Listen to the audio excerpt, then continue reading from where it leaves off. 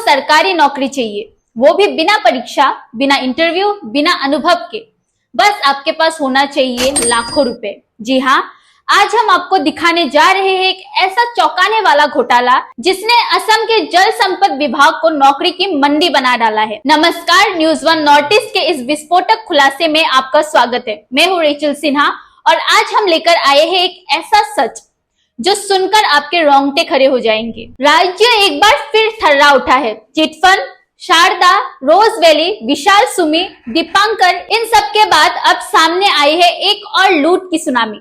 और इस बार लूट की रकम है 200 करोड़ रुपए से भी ज्यादा। जी हाँ, ये कोई छोटी मोटी ठगी नहीं, ये है एक सुनियोजित जलकांड, जहां निशाना बने जल संपद विभाग के मास्टर रोल कर्मचारी और पीड़ित है करीब 8000 निर्दोष कर्मचारी, जिन्हें बार बार लूटा गया, ठगा गया और हजम कर लिया गया। हलाल तो एक बार होता है, लेकिन इस गिरोह ने हर कर्मचारी को बार बार हलाल किया है। 12 साल से चल रहा है ये लूट उद्योग, और अब जब ये गैंग अपने ही घमंड में चूर होकर बाघ की पूंछ पकड़ने पहुंचा है। अब सुनिए इस लूट की स्कीम का वो हिस्सा जिसने पूरे सिस्टम की पोल खोल दी है। इस गैंग ने लूटने के लिए सिर्फ लोगों की मासूमियत पर वार नहीं किया, बल्कि इस बार हाथ डाला सीधे गुवाहाटी हाई कोर्ट पर।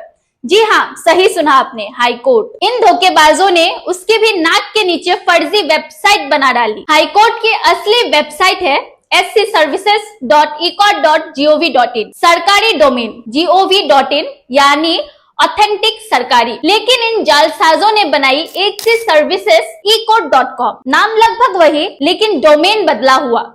.com यानी प्राइवेट वेबसाइट किसी का भी बनाया जा सकता है। बस इसी एक मामूली से फर्क का फायदा उठाकर लोगों को बेवकूफ बनाया गया। इन लोगों ने नकली वेबसाइट बनाकर हाई कोर्ट के नाम पर फर्जी आदेश अपलोड किए, और जैसे ही लिस्ट अपलोड हुई शुरू हो गया वसूली का खेल। फोन, मैसेज, कॉल, आपका नाम लिस्ट में है, भेजिए पैसे। अब आपको दिखाते हैं इस पूरे घोटाले का सबसे ठोस और सबसे बड़ा सबूत, जिसने इस फर्जीवाड़े की जड़ें हिला दी। इस लुटेरी गैंग ने अपनी फर्जी वेबसाइट पर जो हाईकोर्ट ऑर्डर डाला था, उसी में उन्होंने कर दी एक ऐसी गलती जिसे कोई भी कानूनी जानकार, कोई भी वकील या पत्रकार फौरन पकड़ सकता है।